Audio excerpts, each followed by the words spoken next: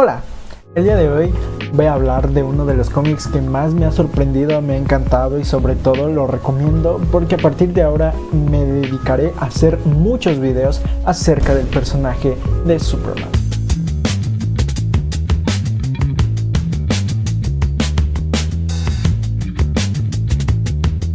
Del cómic en cuestión del que les estoy hablando es ni más ni menos que The Man of Steel de John Byrne. En la década de los 80, la editorial de DC Comics tenía una razón y un motivo muy importante por el cual darle un reinicio a todos sus personajes, específicamente a la Trinidad que ya todos conocemos, que es Batman, Wonder Woman y Superman. Pero no podía ser así nada más de la noche a la mañana, así que prepararon todo un evento llamado Crisis en Tierras Infinitas, en donde podían justificar de alguna u otra manera que el universo de DC Comics se reiniciara. Eso abrió las puertas para que varios escritores se dedicaran a hacer runs completamente nuevos, diferentes y sobre todo agregando cosas o quitando incluso de los personajes míticos característicos que ya todos conocemos. En el caso de Batman fue con Frank Miller y David Mazzucchelli que se encargaron de hacer esta reinterpretación y darle un nuevo origen, y es de aquí que surge Batman Año 1. Incluso con Wonder Woman,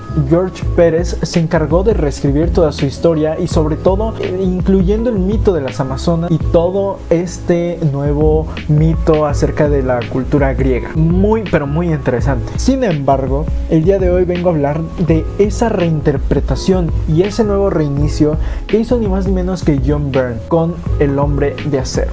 The Man of Steel principalmente empezó como una miniserie de 6 números que posteriormente se convirtió en todo un run con muchos volúmenes de John Byrne y obviamente con más escritores y dibujantes de por medio. Es una historia que funda las bases y principios para lo que es el nuevo mito de Superman, dando origen a esta tierra y este planeta llamado Krypton, de donde surge normalmente Kal-El o Superman. Conocemos el origen de sus padres kryptonianos como sería Jor-El y Lana, pero que también vemos el origen de la catástrofe de ese planeta, ya que, bueno, nos damos cuenta que gracias a las películas o interpretaciones, ese planeta es destruido. Lamentablemente, la familia no puede huir, sin embargo, envían a su único hijo y heredero de Krypton a la Tierra, en donde cae en una ciudad llamada Metrópolis en Kansas, que aquí lo adoptan ni más ni menos que Martha y Jonathan Kent. Es bastante curioso porque a pesar de que estas cosas ya las conocemos de alguna u otra manera, es aquí donde esto surge de principio. No fue antes de los años 80 que no se conocía un origen realmente mítico o que le diera ya bases para empezar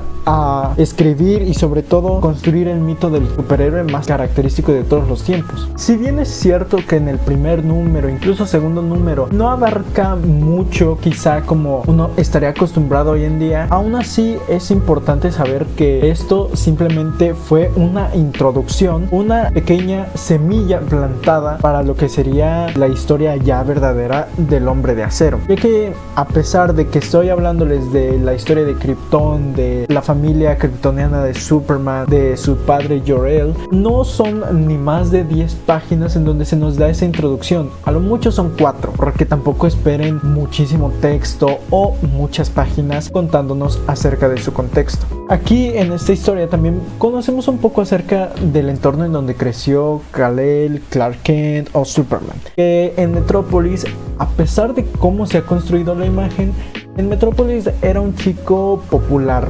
dentro de lo que cabe.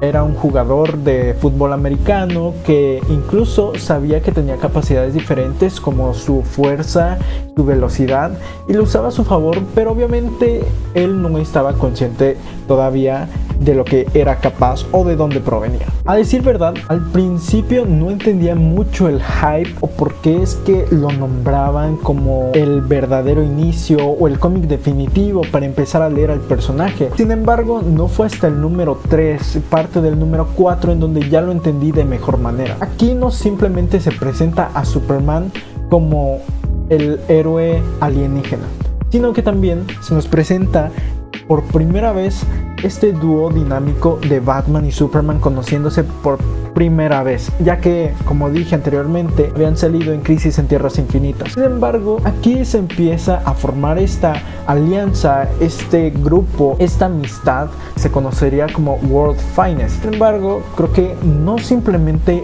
es muy importante destacar esto, sino también los personajes como Lois Lane, Lana Lang, la familia Kent o el mismísimo Lex Luthor.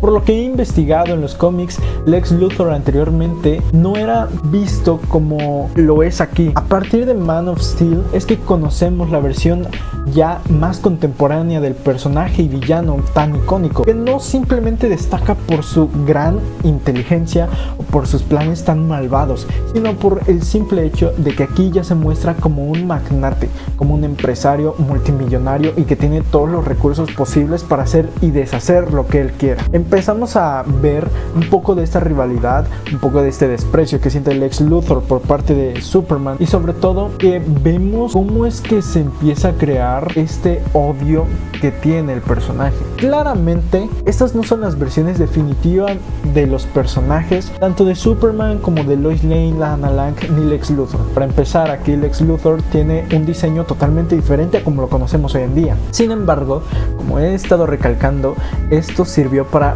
fundar las bases, fue la semilla para lo que hoy en día ya es el árbol que conocemos de los personajes tan icónicos y tan pero tan importantes en la industria de los cómics. Ahora, si bien el arte en su momento quizá no fue revolucionario por tener nuevos estilos diferentes, tampoco es queja. Sin embargo, John Byrne no se complica la vida dándonos diseños súper extravagantes, con un diseño de Superman muy renovado. Simplemente adapta lo anticuado con lo nuevo y lo combina de alguna u otra forma. Claro que también este cómic no tiene todo lo que uno quizá podría esperar, ya que, como dije, simplemente hay pequeños personajes muy minúsculos, en el sentido de que no hay gran participación de ellos, no hay un coprotagonismo incluso por parte de los demás personajes. Pero mucho vemos y conocemos más de Lex Luthor o de Lois Lane, pero no llegamos a conocerlos del todo como uno quizá esperaría en otros cómics. Sin embargo, aún así es una muy buena introducción y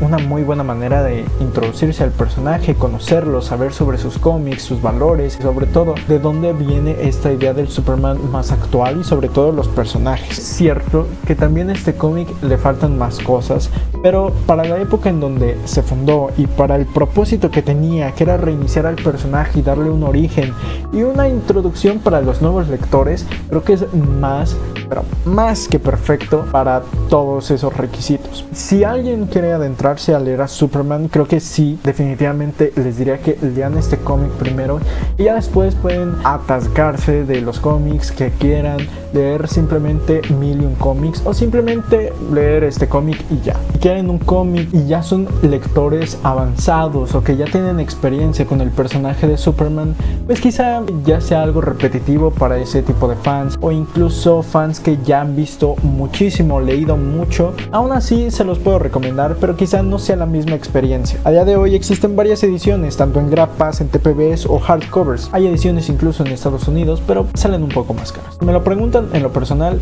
diría que este es un top 5 en total de toda la historia de cómics de Superman que yo recomiendo totalmente y que un fan de Superman realmente debería de leer. Algo también importante destacar es que si tienen la oportunidad de seguir leyendo el run de John Byrne, creo que es más que interesante, más que importante, y sobre todo va a ir siguiendo, pues expandiendo el mundo de Metrópolis, de los personajes y un poco más acerca de las decisiones personales de cada uno de los personajes y un poco más de desarrollo de parte de estos. Pero pues esa simplemente es mi opinión. Ya saben que ustedes pueden comentarla, no olviden de dejar un like y suscribirse, y si tienen una idea acerca de este cómic, si les gustó o no les gustó, si les pareció o no les pareció, también no olviden comentarla, y no olviden también seguirme en mis redes sociales que van a estar apareciendo como por aquí abajito, y pues nos vemos en el próximo video. Nos vemos, adiós.